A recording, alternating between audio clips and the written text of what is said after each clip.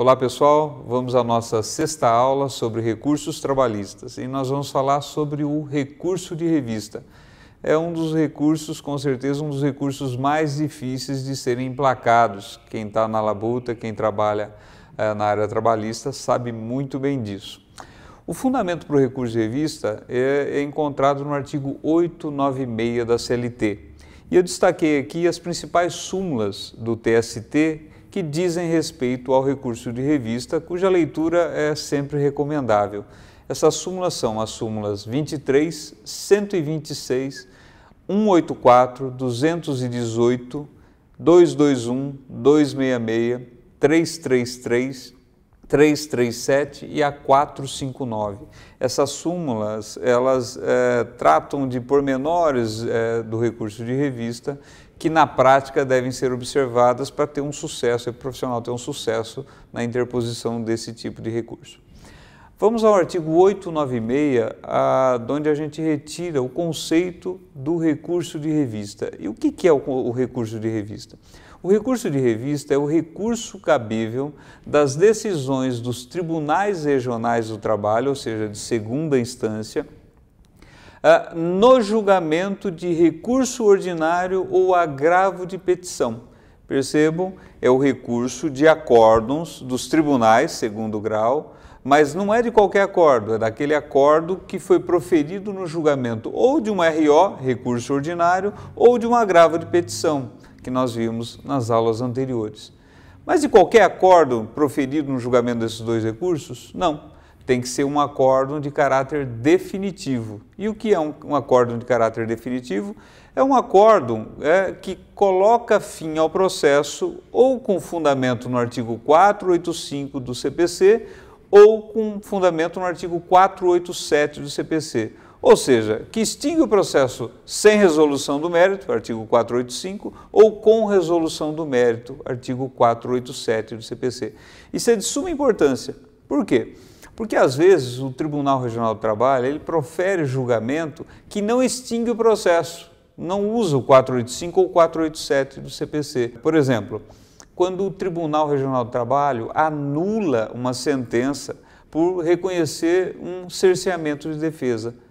Ao julgar, por exemplo, um recurso ordinário, ele reconhece a nulidade da sentença por cerceamento de defesa, anula o processo e manda o processo, anula a sentença e manda o processo descer à primeira instância para novo julgamento. Perceba que esse julgamento é um acórdão que julgou um RO, mas não é uma decisão definitiva. É considerada uma decisão interlocutória, porque ela não coloca fim ao processo, não usa, portanto, como fundamento nem o 485 e nem o 487 do CPC. Nesse caso, não caberá recurso de revista. Tudo bem? Também o recurso de revista só cabe se eu estiver diante de um julgamento de um RO ou de um agravo de petição. Se for o julgamento de um outro recurso, e vamos lá na prática, só poderia ser ou recurso ordinário, ou agravo de petição, ou um agravo de instrumento. Se for o julgamento de um agravo de instrumento, não cabe recurso de revista. Isso está explícito na súmula 218 do TST, que diz o seguinte: é incabível recurso de revista interposto de acórdão regional prolatado em agravo de instrumento. Então, só para fechar, só cabe recurso de revista se eu estiver diante de um acórdão de caráter definitivo, ou seja, um acórdão cuja fundamentação ou é o 485 do CPC ou é o 487 do CPC, um acórdão que acabou de julgar um recurso ordinário ou um agravo de petição. Se for qualquer outro tipo de recurso que o tribunal acabou de julgar, qualquer outro tipo de medida judicial que o tribunal acabou de julgar, não cabe recurso de revista. Vimos que, por exemplo, a súmula 218 fala do agravo de instrumento, não cabe recurso de revista. Imagine, por exemplo, que seja uma medida cautelar que foi julgada no tribunal diretamente. Uma ação cautelar que a parte interponha direto no tribunal para atribuir efeito suspensivo ao seu recurso. Um exemplo, é acórdão do tribunal, mas que não é julgando um RO ou um agravo de petição.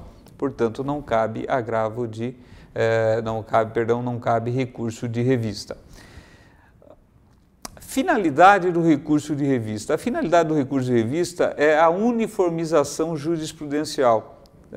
O recurso de revista não se presta, portanto, à apreciação de provas. Se você estiver recorrendo de revista e nas razões do seu recurso de revista você estiver pedindo ao Tribunal Superior do Trabalho, TST, que reanalise uma prova ou provas que foram juntadas aos autos e que o Tribunal Regional do Trabalho se recusou a analisar, você está se equivocando. O seu recurso de revista não será sequer conhecido. Por quê? Porque recurso de revista não se presta à reanálise de provas. Onde que está isso? Súmula 126 do TST diz: incabível o recurso de revista ou de embargos, o recurso de embargos nós vamos ver, um outro recurso nós vamos ver mais adiante, para reexame de fatos e provas. Portanto, mais uma vez, se a intenção do recorrente for reanalisar ou analisar provas que o Tribunal Regional do Trabalho deixou de apreciar, ele deve se valer de outro tipo de medida processual, mas não do recurso de revista. Se ele fizer isso em recurso de revista, ele não terá sucesso no seu recurso. Nós vamos ver que ele pode, eventualmente, invocar a ausência de prestação jurisdicional. Então, ele vai recorrer para o TST, através do recurso de revista, não pedindo que o TST analise ou reanalise provas, mas para obrigar o Tribunal Regional do Trabalho a analisar as provas que o tribunal eventualmente tenha se recusado a fazer. Isso é o que nós chamamos de negativa de prestação jurisdicional. Nós recorremos para o TST falando, olha, o Tribunal Regional do Trabalho se negou a analisar uma prova que está juntada aos autos e que, se fosse bem analisada, poderia inverter ou dar um outro tipo de julgamento que não aquele que ele proferiu. Portanto, TST, eu quero que anule o acórdão do Tribunal Regional do Trabalho e o obrigue, por cerceamento de defesa, e o obrigue a analisar essa prova. Então, nós recorremos não para o TST analisar a prova, mas para ele obrigar o TRT a analisar a prova que ele deixou de analisar. Tudo bem? Competência para julgar o recurso de revista. Se nós pegarmos o artigo 896, ele diz o seguinte: cabe recurso de revista para a turma do Tribunal Superior do Trabalho. Se nós pegarmos analisar o Tribunal Superior do Trabalho, ele é dividido basicamente em 4 órgãos jurisdicionais, ou seja, 4 órgãos que têm a competência de proferir julgamentos sobre determinados processos. Nós encontramos lá as turmas do TST, atualmente são 8 turmas do TST, de primeira a 8ª turma. Nós temos a SDI, Seção de Dissídios Individuais, que são 2, SDI 1 e SDI 2. E nós temos também a SDC, Seção de Dissídios Coletivos. E temos ainda o Pleno. Então, cada um desses órgãos, turma, SDI 1 e 2, SDC e Pleno, esses órgãos têm as suas respectivas competências. Do TST são as turmas que são o órgão competente para julgar os recursos de revista. Então, nós iremos interpor o recurso de revista no Tribunal Regional do Trabalho e, uma vez acolhido ou recebido esse recurso, ele será encaminhado para uma das turmas lá do TST. E aí tem um sorteio, pode cair desde a primeira até a 8ª turma do TST. Vamos agora às hipóteses de cabimento do recurso de revista. Todas as hipóteses de cabimento do recurso de revista, elas estão elencadas no artigo 896 nas suas alíneas A, B e C. E nós podemos resumir basicamente em 3 hipóteses de cabimento. O recurso de revista ele tem cabimento ou por divergência jurisprudencial na interpretação de lei federal ou lei estadual ou instrumentos normativos, essas hipóteses estão na linha A e a linha B do artigo 896, ou por afronta à literalidade de um dispositivo de lei federal ou da Constituição Federal. Ou você vai recorrer para o TST em recurso de revista, alegando que o acordo do Tribunal Regional do Trabalho diverge de jurisprudência, ou que ele viola literalmente um dispositivo de uma lei federal, ou que ele viola literalmente o dispositivo da Constituição Federal.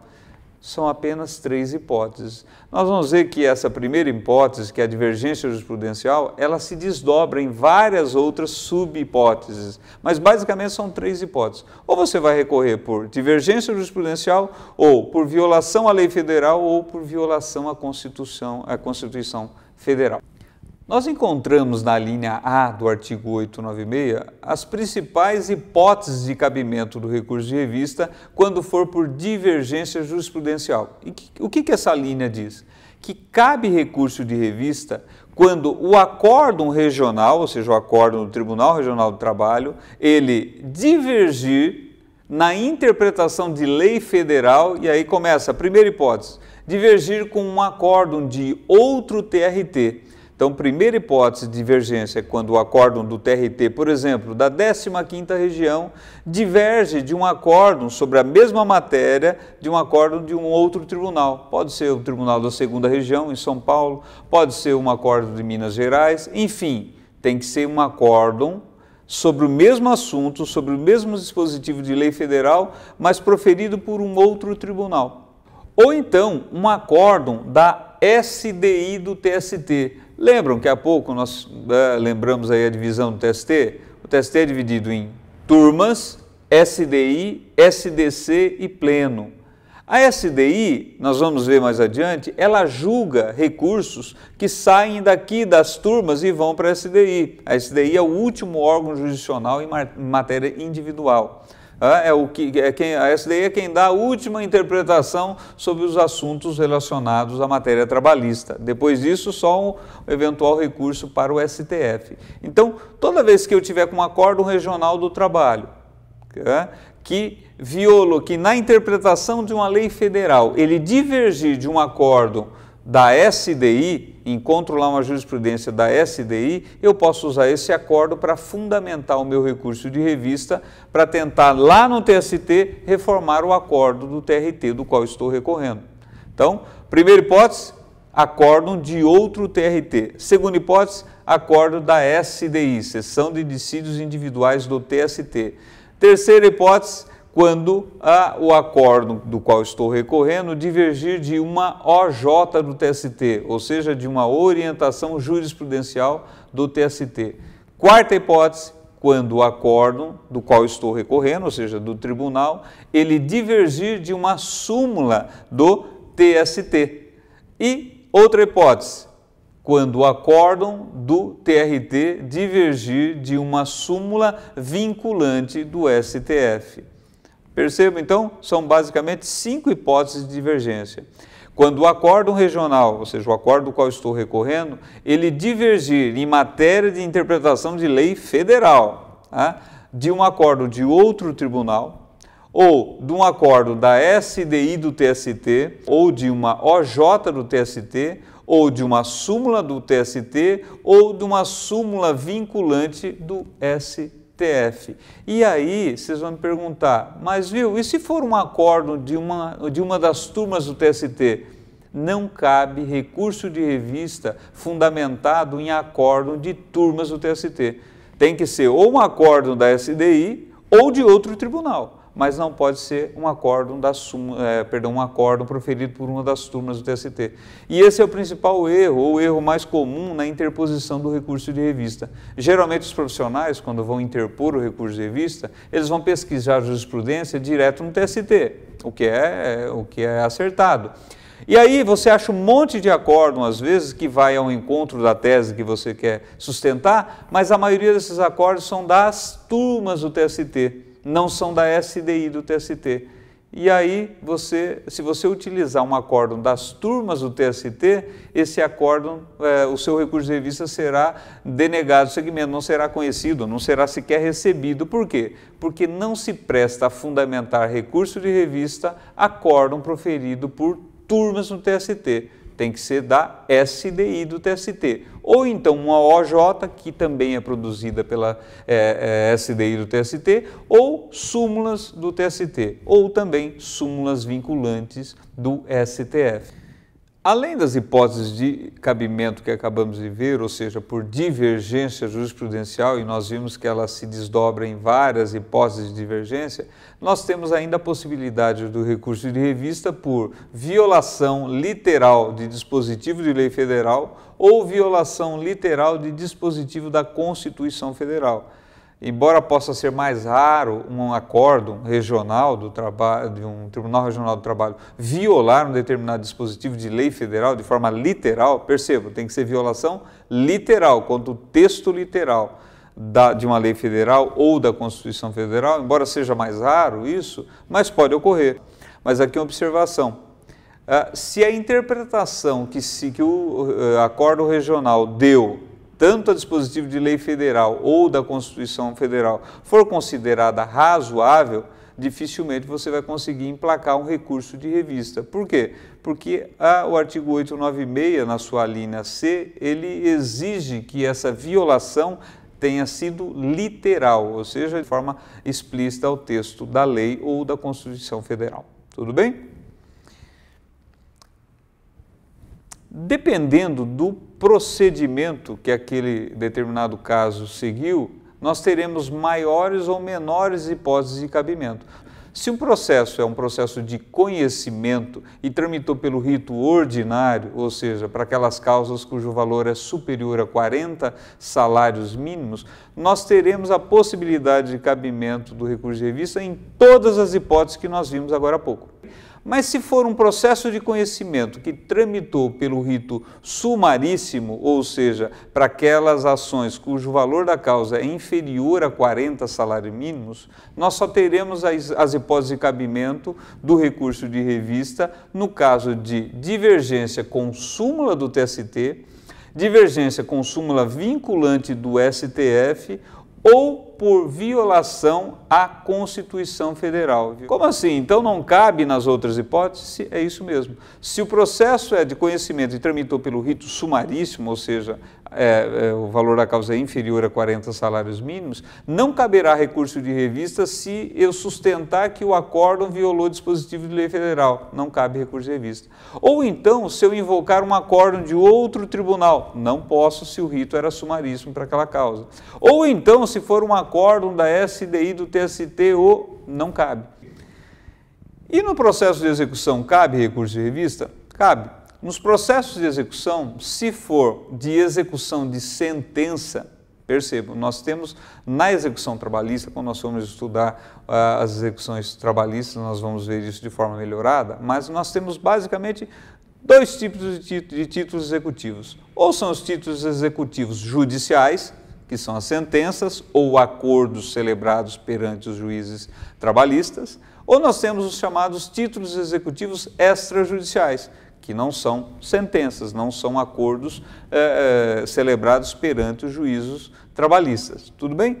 Se for de execução de sentença trabalhista, diz o parágrafo 2º do artigo 896, das decisões proferidas pelos tribunais regionais do trabalho ou por suas turmas em execução de sentença, inclusive em processo incidente de embargos de terceiro, não caberá recurso de revista, salvo na hipótese de ofensa direta e literal de norma da Constituição Federal. Lembro que no início, no conceito de recurso de revista, nós conceituamos como o recurso cabível dos acordos dos tribunais regionais do trabalho proferidos no julgamento de recurso ordinário ou de agravo de petição. É aqui, ó.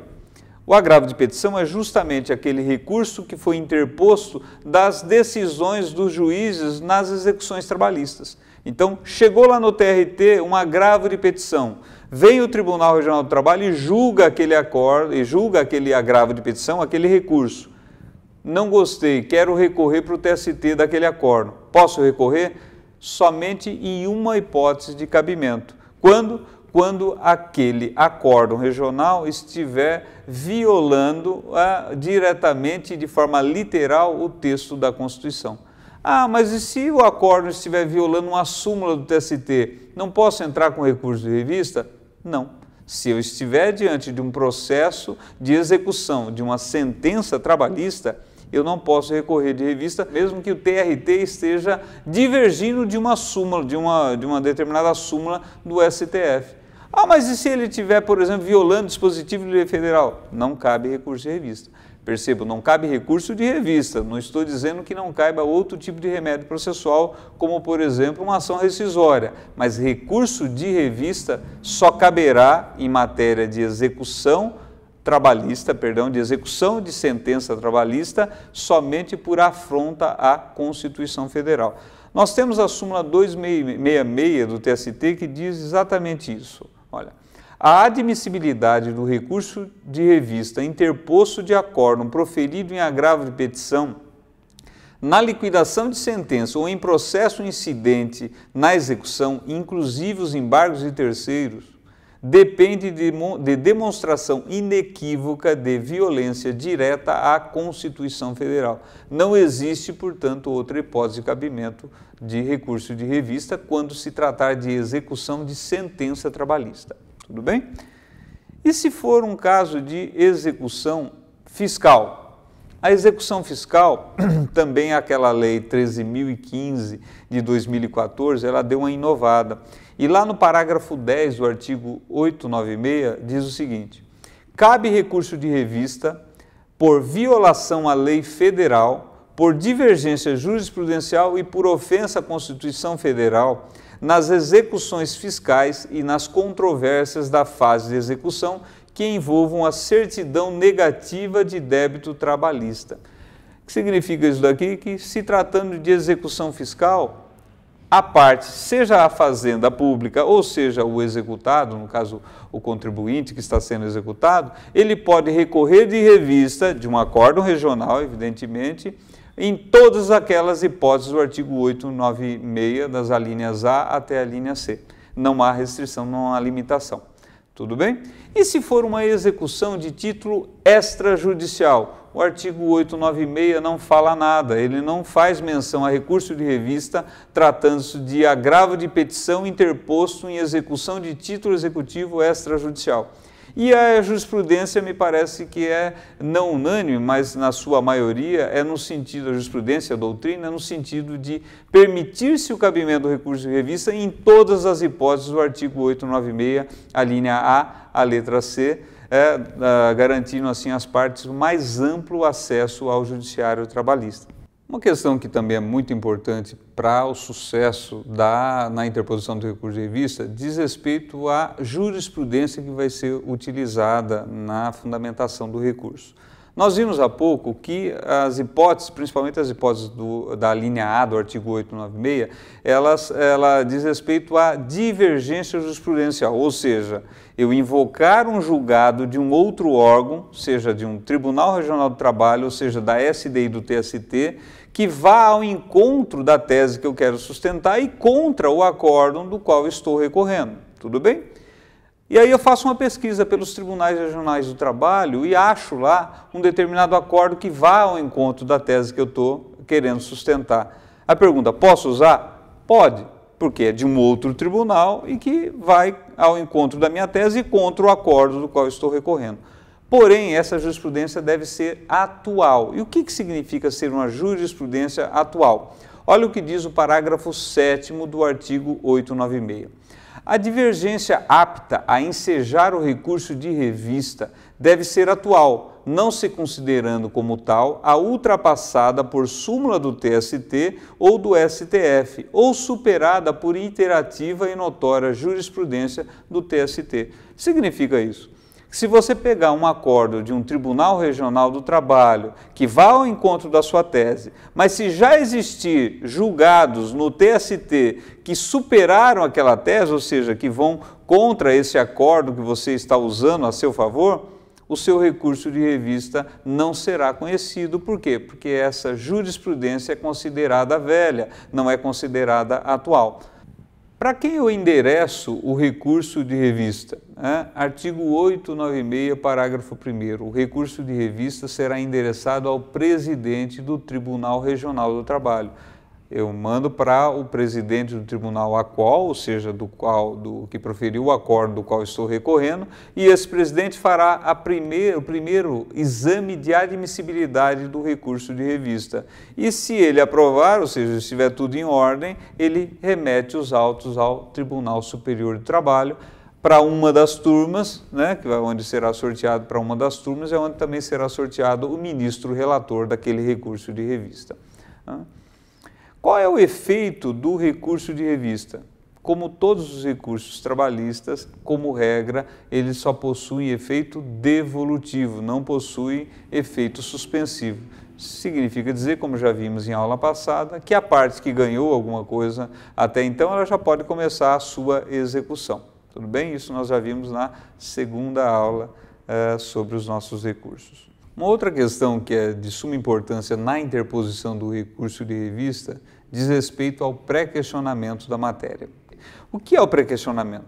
A ideia é a seguinte: a tese que você vai invocar no seu recurso de revista, nas razões do seu recurso de revista, essa tese deve ter sido discutida antes com o Tribunal Regional do Trabalho.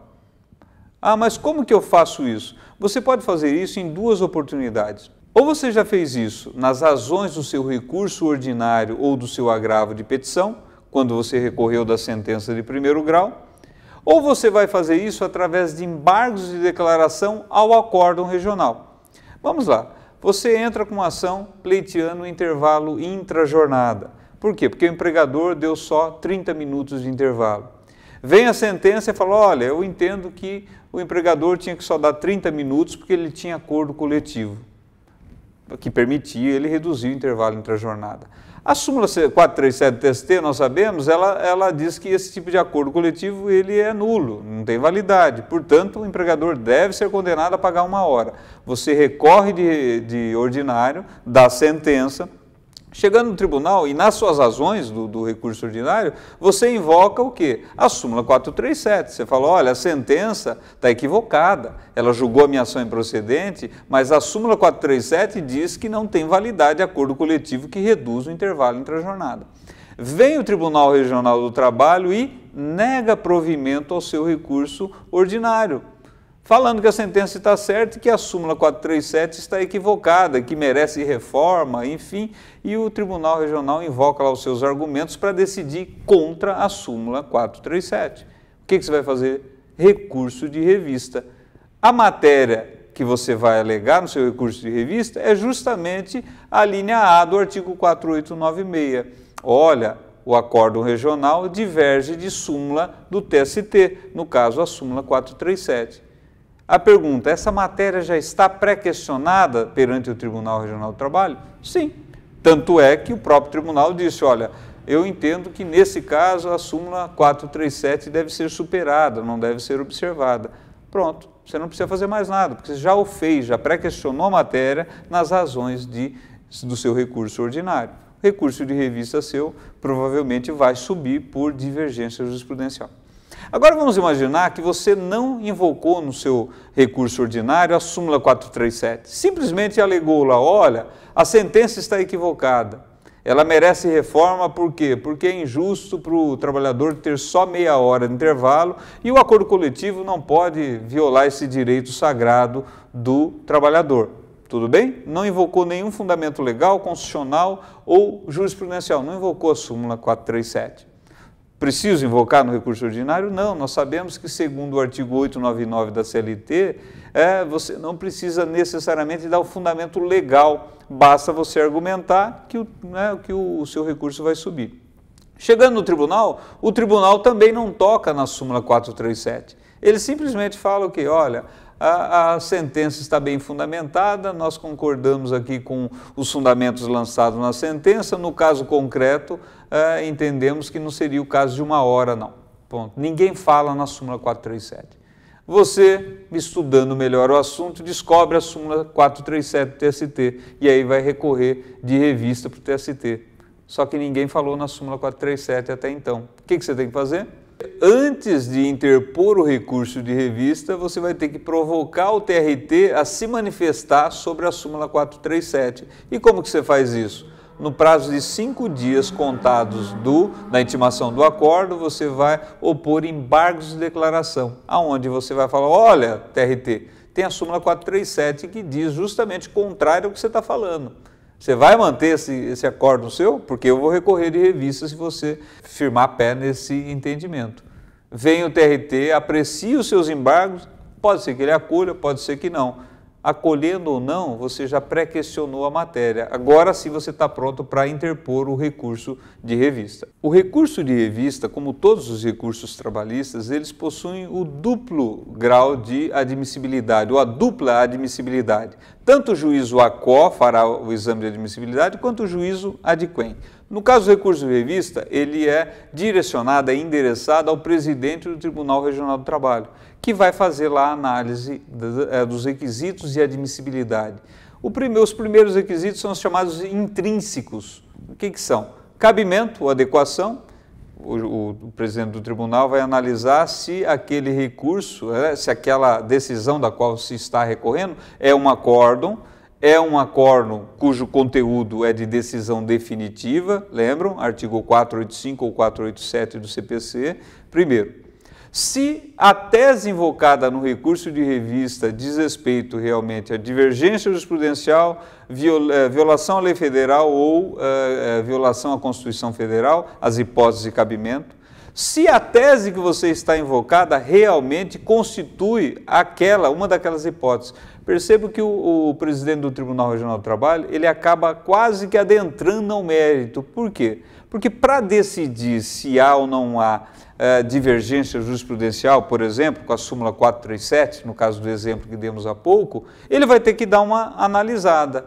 E se ele analisar e verificar, realmente parece que o acórdão aqui diverge da súmula 437, ele vai fazer o quê? Ele receba o recurso de revista e remeta os autos ao Tribunal Superior do Trabalho. Se ele entender que não há divergência, ele vai falar, nega o seguimento ao recurso de revista. E aí você terá que interpor o agravo do instrumento, que é um recurso que nós vamos ver depois. Tudo bem?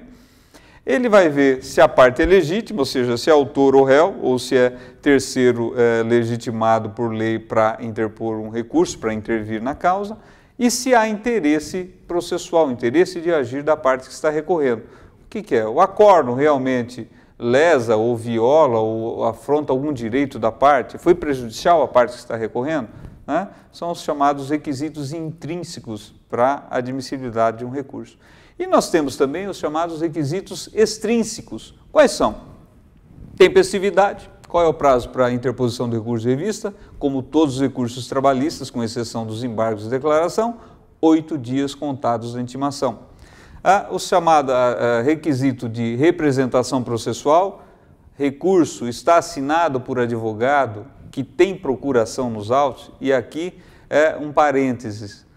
O ius postulandi no processo trabalhista, ele pode, ou seja, o direito da parte atuar nos processos trabalhistas sem o advogado, ele vai até a interposição do recurso ordinário, até segundo grau. Do segundo grau para o TST, ou seja, a interposição de recurso de revista, a atuação em terceira instância, só é admitido no processo trabalhista através de advogado. Recurso de revista, o advogado que assina o recurso de revista tem procuração nos autos? Tem.